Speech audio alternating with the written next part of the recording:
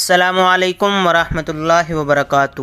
ملا عمر کو بدھا کے مجسموں پر کیا اعتراض تھا اور ان کی مسماری روکنے کے لیے کن کن ملکوں کی طرف سے کوششیں کی گئیں؟ آپ دیکھ رہے ہیں ٹروتھ ہسٹری چینل۔ سب سے پہلے اگر آپ نے اس چینل کو سبسکرائب نہیں کیا تو چینل سبسکرائب کر لیں اور بیل کے بٹن کو دبا دیں۔ آئیے چلتے ہیں اپنے ٹاپک کی طرف۔ ناظرین، سوال پیدا ہوتا ہے کہ کیا افغانستان کے مسلمان حکمران محمود غزنوی، احمد شاہ ابدالی اور شہاب الدین غوری نے بامیان میں بدھ مت مذہب کے بانی گوتم بدھ کے مجسموں کو اس لیے مسمار نہیں کیا کیونکہ ان کے پاس دھماکہ خیز مواد ڈائنامائٹ نہیں تھا۔ افغانستان میں طالبان حکومت کے سربراہ ملا عمر کی یہی رائے تھی کہ یہ مجسمے کافی مضبوط ہیں اور انہیں ڈائنامائٹ کے بغیر مسمار نہیں کیا جا سکتا تھا، اس لیے ماضی کے ان مسلمان حکمرانوں نے انہیں بخش دیا تھا۔ افغانستان میں پاکستان کے سابق سفیر سید ابرار حسین نے اپنے تجربات، مشاہدات اور ملاقاتوں پر مشتمل کتاب ملا عمر سے اشرف غنی تک میں ملا عمر سے اپنی ملاقات اور ان خیالات کا ذکر کیا ہے۔ ناظرین، واضح رہے کہ 20 سال قبل مارچ 2001 میں طالبان نے بامیان میں واقع دنیا کے سب سے بلند ترین گوتم بدھ کے مجسموں کو بارود سے اڑا دیا تھا۔ بامیان کے مجسموں کو مسمار کرنے کا سلسلہ 2 مارچ 2001 سے شروع ہوا اور کئی ہفتے تک جاری رہا۔ پہلے ان پر طیارہ شکن بندوق یعنی اینٹی ایئر کرافٹ گن سے فائر کیے گئے، پھر ان پر ٹینک کے گولے داغے گئے۔ طالبان کے وزیر اطلاعات قدرت اللہ جمال کا کہنا تھا کہ یہ کام اتنا آسان نہیں تھا۔ ان مجسموں کو صرف گولہ باری سے نہیں گرایا جا سکتا تھا، اس کی وجہ یہ تھی کہ وہ چٹان سے جڑے ہوئے تھے اور طالبان کو ان کے نچلے حصے میں اینٹی ٹینک سرنگیں رکھ کر انہیں کمزور کرنا پڑا، جس کے بعد اس پر توپیں چلائی گئیں۔ پھر مجسمے کے چہرے میں سوراخ کر کے اس میں بارود بھر دیا گیا۔ بعض اطلاعات کے مطابق طالبان نے بامیان کے رہنے والوں کو قید کر کے انہیں ان مجسموں تک بارود پہنچانے کا کام کرنے پر مجبور کیا گیا۔ ناظرین، افغانستان میں طالبان حکومت کے امیر ملا عمر نے فروری 2001 میں گوتم بدھ کے مجسموں کو مسمار کرنے کا اعلان کیا تھا۔ طالبان حکومت کو تسلیم کرنے والے پاکستان، سعودی عرب اور متحدہ عرب امارات سمیت OIC کے تمام اراکین نے اس اعلان کی مذمت کی اور پاکستان نے اس حوالے سے طالبان سے مذاکرات بھی کیے۔ افغانستان میں پاکستان کے سابق سفیر سید ابرار حسین اپنی کتاب میں لکھتے ہیں کہ 2001 کا موسم بہار تھا اور پاکستان میں جنرل مشرف کی حکومت کو آئے ہوئے 1.5 سال بھی نہیں ہوا تھا۔ طالبان نے بامیان میں گوتم بدھ کے مجسمے توڑنے کا اعلان کیا تھا اور بین الاقوامی طور پر یہ مسئلہ کافی اہمیت اختیار کر گیا تھا۔ قندھار میں وفاقی وزیر داخلہ معین الدین حیدر اور ملا عمر کی ملاقات کا ذکر کرتے ہوئے وہ مزید لکھتے ہیں کہ معین الدین حیدر نے ملا عمر کو اسلامی تاریخ کے حوالوں کے ساتھ کہا کہ سلطان محمود غزنوی جیسے بت شکن بادشاہ نے بھی بامیان کے مجسموں کو چھوڑ دیا۔ اسی طرح غوری، ابدالی وغیرہ نے بھی ان مجسموں کو کچھ نہ کہا تو یقیناً کوئی نہ کوئی حکمت عملی تھی جس نے 1400 سال تک مسلمان حکمرانوں کو بامیان کے مجسمے توڑنے سے باز رکھا۔ ناظرین، سید ابرار کے مطابق ملا عمر نے معین الدین حیدر کو جواب دیا کہ محمود غزنوی یا دوسرے مسلمان حکمرانوں کے ان مجسموں کو مسمار نہ کرنے کی کوئی خاص وجہ نہیں سوائے اس کے کہ یہ بہت مضبوط ہیں اور انہیں ڈائنامائٹ کے بغیر زمین بوس کرنا مشکل ہے۔ معین الدین حیدر ملا عمر کو راضی نہ کر سکے۔ معین الدین حیدر نے ملا عمر کو بین الاقوامی دباؤ سے آگاہ کیا اور کہا کہ طالبان کے حالیہ فتویٰ سے مسلم ملکوں سمیت بہت سی اقوام کا رد عمل سامنے آیا ہے۔ ایسے وقت میں جب اسلامی امارات کو دوسرے ممالک کی اشد ضرورت ہے، ایسا اقدام مناسب نہ تھا۔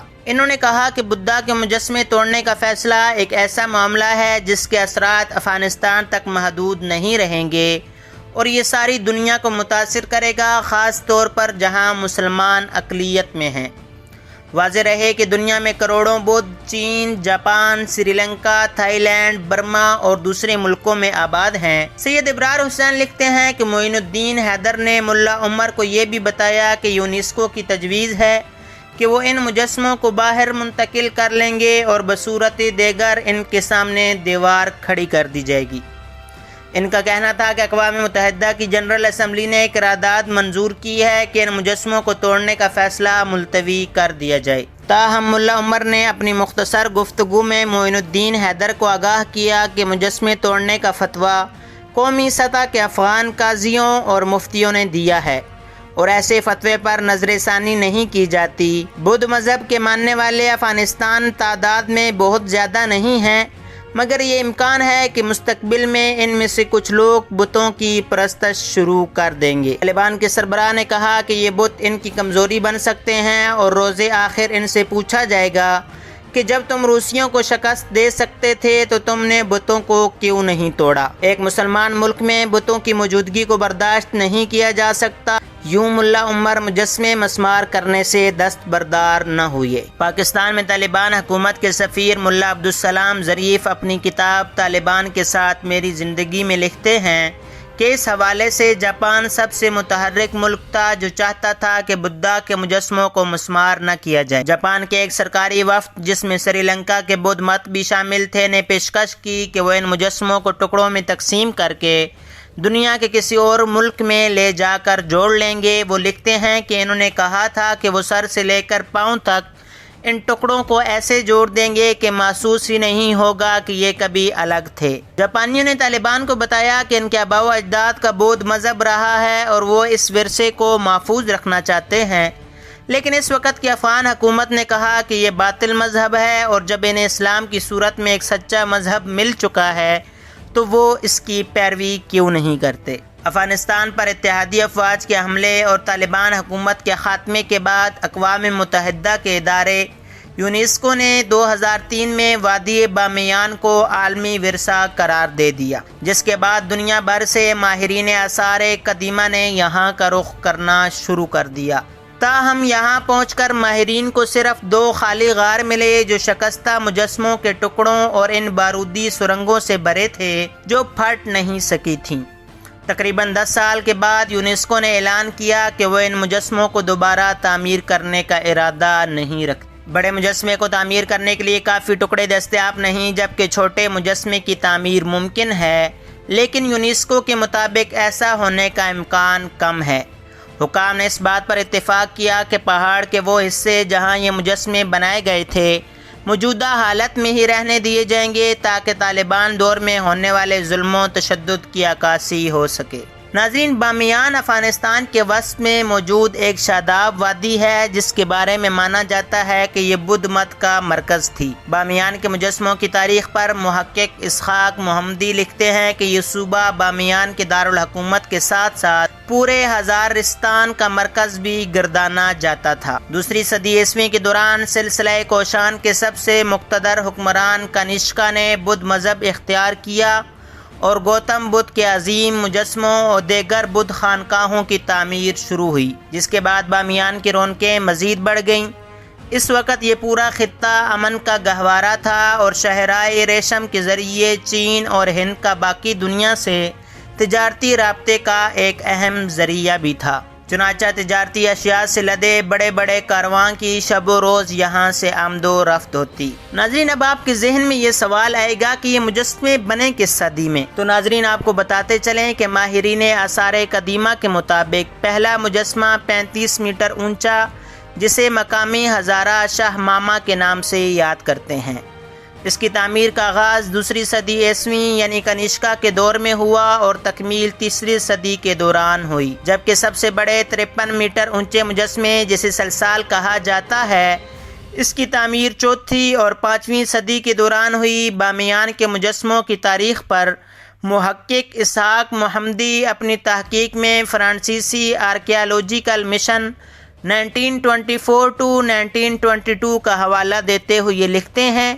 یہ حقیقت پیش نظر رہنی چاہیے کہ یہ چند مہینوں، سالوں یا ایک صدی کے دوران نہیں بلکہ صدیوں تک ہزاروں ماہر سنگ تراشوں نے شب و روز پہاڑ کاٹ کر یہ مجسمے بنائے ہیں۔ بدھا کے مجسموں کے آس پاس بدھ بخشوں کے لیے سینکڑوں غار بھی کھودے گئے، جن میں سے کئی ایک نہایت کشادہ اور بدھ تعلیمات کی خوبصورت تصاویر سے آراستہ تھے۔ ان کی باقیات بعض غاروں میں اب بھی موجود ہیں، خاص طور پر دونوں بڑے مجسموں سے متصل گنبد نما کشادہ کمروں کی دیواریں اور چھتوں پر ربگیں نقش نگاری موجود ہے۔ امریکہ کی مشترکہ تحقیق کے مطابق بامیان کے غاروں سے حاصل کیے گئے نمونوں سے ثابت ہوتا ہے کہ ان کو رنگ کرنے کے لیے آئل پینٹ کا استعمال کیا گیا تھا۔